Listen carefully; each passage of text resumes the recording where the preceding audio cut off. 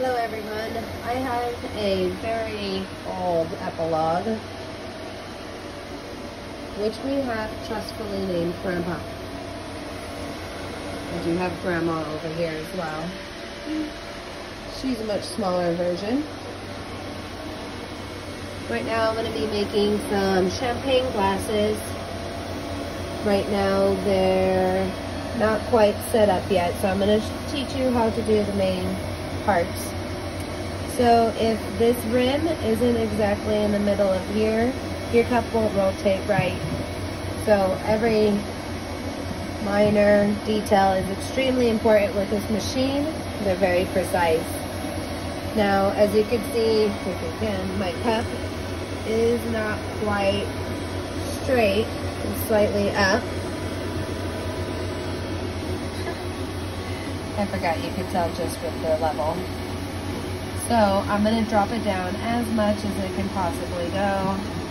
And unfortunately with these wine cups and champagne cups, I don't ever get it exactly level, but the quality comes out just as good. So I have literally dropped this. You just turn it up to go up and turn it left to go down. No, so don't turn it up to go up. And back here is the lever that allows us to move forward and backward, and then locks it into place once you have it there. Now we have it as level as can possibly be, which is not very much, and it doesn't really matter what kind of tool you're using. This one might show a little better, but it's pretty high.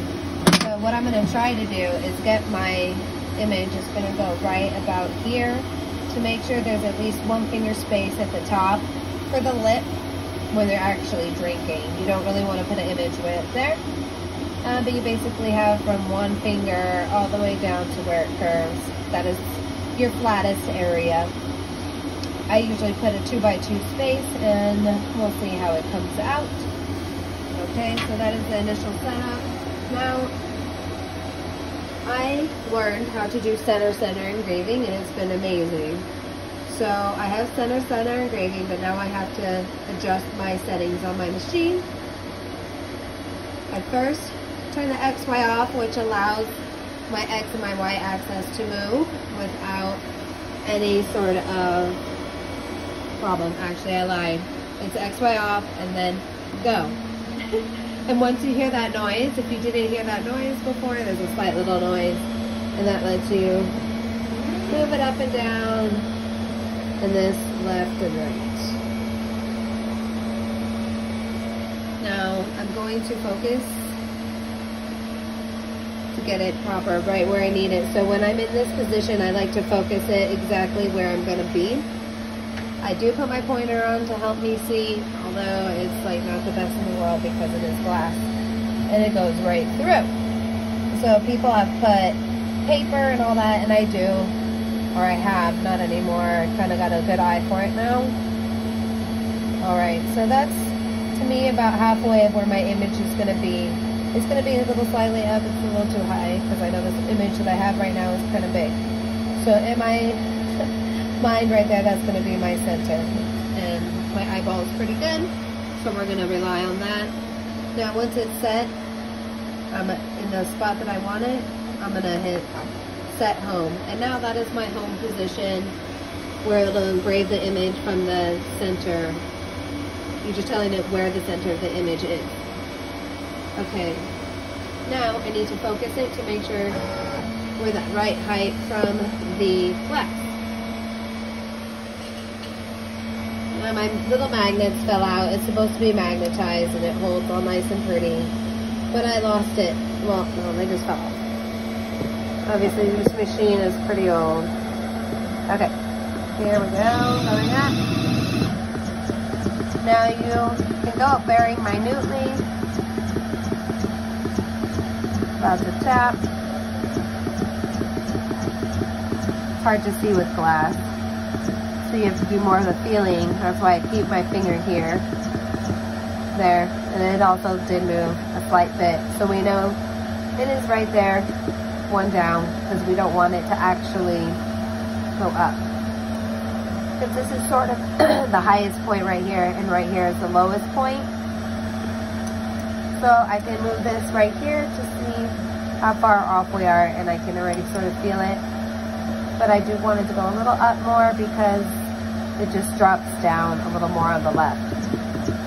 So I'm kind of going in the middle of focus between here and here. You can also focus before you set your home, which might be a little more helpful to set it exactly, focus it exactly right there. But either should work just fine. You know, can't squint the small stuff.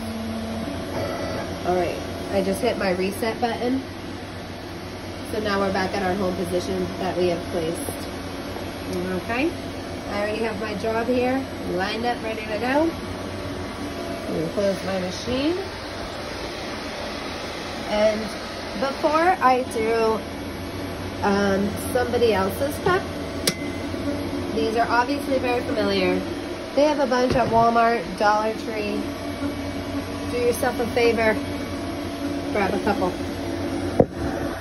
As you can see, this one has already been tested, and you can see, so we're gonna just reuse this cup on an empty spot or on top. You usually can tell the difference if they're different settings. Now you can see this cup is slightly bigger than the one I need, which is okay. I'm gonna adjust this part, but I'm gonna leave my focus alone. That way, when I put the real cup in, I don't forget to focus, because that happens. Okay, I'm trying to do this. Here we go. All right, set. Okay. Now, it doesn't matter too much the focus and the quality of this. I just want to print the image out once to make sure my machine is doing okay. Also, just to see if the image looks a little too big, or if it's off-centered, or it's my last chance to find any misspellings or anything like that. Okay. All right, we're all good to go, I'm pretty sure now. Now I'm gonna start. I have to turn on my blower. Oh, look how small. Shocking me. Oh, I can't touch those two machines at the same time. Okay. And we all know what happens when it starts moving and engraving. And it engraved and fired right away. Sometimes with the old machines, they need a warm up, especially I haven't used them in the past day. But I have been doing quite a bit of jobs, so it was already warmed up. All right, well, let's take a look a little later.